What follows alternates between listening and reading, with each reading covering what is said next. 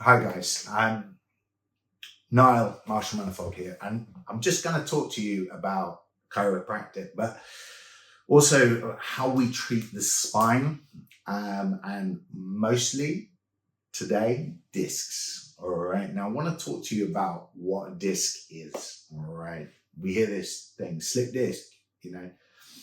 I want to tell you, discs don't slip, they leak and they bulge. Okay, leak and they bulge. So we need to say, okay, what does a disc look like? And I've got an example sitting between two bones. Okay, I like to talk to the patient in simple terms, and we're going to call these bricks and we're going to call these mortar. All right, now everyone knows about bricks and mortar. Okay, so we've got in here, we've got the separation, we've got this bouncy disc in between. Okay, this one's not one that's designed to talk about the bounce of the disc. And what I'm actually going to show you is the next stage from here, okay, onto the next stage, which is a stage that happens mostly after we sort of guard or there's getting some reduction, okay, in the space, okay.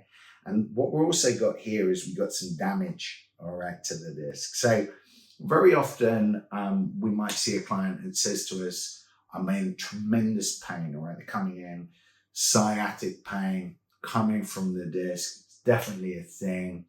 And we say, well, how did it come about? And I go, I don't know, I had some sort of event 5 years ago, it was a typical story, and I left it. I stayed in bed for a week, it went away. And what we find that clients that don't go into that, they guard the area.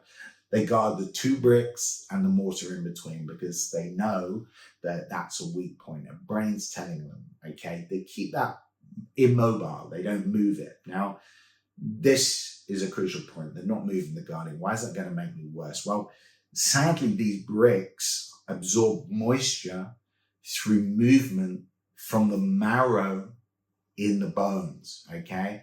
Now, if you're keeping this still and not going squelch, squelch, squelch, squelch, squelch, squelch every time we walk and ambulate, then we're actually not going to likely get as much moisture into that disc than we should, okay? Now, there is some people that say, I'd like to lie down and then the disc will open up kind of naturally. Yeah, that might happen, but not to the same degree as if you've got that lying down and we've got that movement around, okay? So the non-confident mover in that segment of the spine is likely to get drying or progressive dying out of the disc, and we call this DDD, or degenerative disc disease. And this is the first stage, the sort of damage to the subtle thinning, and then what we see is we get more thinning. Okay, even we've gone to the next stage. This disc is much drier at the top. If you've had an MRI and they've said you've got dry disc syndrome, this is what they're talking about. Now, unfortunately, these bricks are now coming a lot closer together, and that means we're more likely during daily motion to get some bone-on-bone action.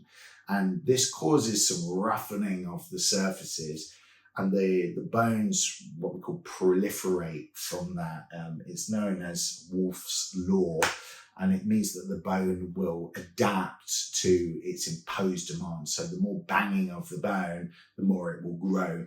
Unfortunately, these growths start sticking out and start hitting nerves and also causing this kind of grinding or scraping sensation. So this is one that's gone even drier and it's pretty much bone on bone. Now, we will either see this disc space reduce on an X-ray from the radiographers, or we might see it on a referral that we put you in for an MRI, for instance. So we can go, yeah, that disc has uniformly dried up, so we know what we need to do. We need to kind of start the process of mobilizing you, getting your confidence back so we can halt that process and get you better. Now, I think that's a really important thing to understand, because when the clients understand that education, the need to move, all right, becomes much more profound. I need to move to hydrate my disc, to stop it drying down, getting the bone-on-bone action and creating more arthritis for me later on,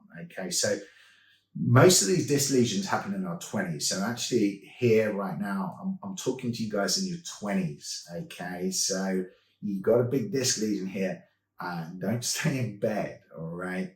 Seek guidance. It doesn't matter who you go to see. I mean, I'm a chiro, you go to a physio, you go to an osteo, it doesn't matter, but all of those guys are going to be pretty good. You go to someone that's known in the area and has been working for 7 years, that's come across this multiple times, ideally talking to someone that's also trained as a radiographer, okay? And that means if they're trained in musculoskeletal radiology, they can objectively look at your x-rays or MRIs and kind of see where the compression is. Some people will have it evenly, some people will have it at the back, some people can have it at the front, although most of the time it's one of the first two aforementioned types, okay? But yeah, get moving, get your confidence back, and rehabilitate from that segment because it's been injured and it needs to get stronger. Okay.